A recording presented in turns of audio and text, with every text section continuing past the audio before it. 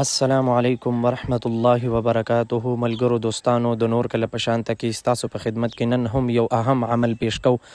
هغه عمل داسې دی چې ډیر ملګري داسې دي چې هغې ته د معدې تکلیف دی، خو هغه ته د معدې خدای مکه داسې مسله ده چې قبض یې دی، خېټه سخته ده، یا بیخي نرمه ده، یا زخم دی، جراثیم دي، بل داسې د معدې مسله ده. او پیغمبر علیه السلام مبارک فرمایي وي معده خو دا د ټول بدن حوض دی.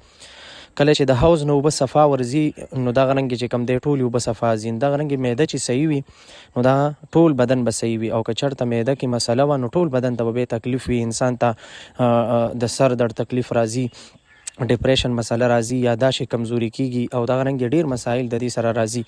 نو که تاسو وایئ چې زموږ معده الله رب العزت صالح او صحیح وساتي نو تاسو چې کوم دی دا عمل وکئ.